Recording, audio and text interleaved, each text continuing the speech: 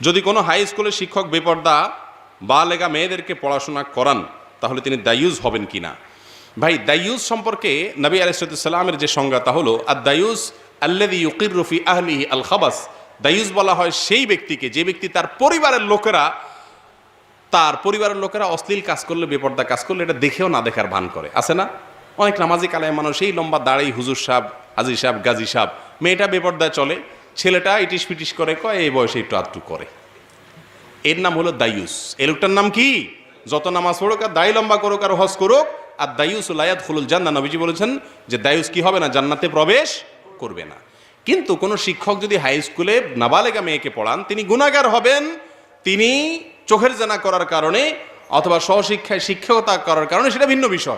কিন্তু দায়ুসের সংজ্ঞা তার উপরে আসবে না, কারণ এই মেয়ে তার পরিবারের সদস্য না বেশিরভাগ ক্ষেত্রে। বিধায় এটা দায়ুসের বিষয় না। কিন্তু চোখের জেনা যেটা, সেটা শিক্ষক করলে যেমন গুনাহ হবে, ওই যে একটু আগে মুফতি হায়াতুল্লাহ ভাই বললেন, ফেসবুকে সবচেয়ে বেশি যে গুনাহটা হয় সেটা কি? এই চোখের গুনাহ। এই গুনাহের মাধ্যমে আমরা আমাদের আমলের যে স্বাদ, সেটা থেকে আমরা দূরে সরে যাচ্ছি। আল্লাহ রাব্বুল আলামিন আমাদেরকে বুঝার তৌফিক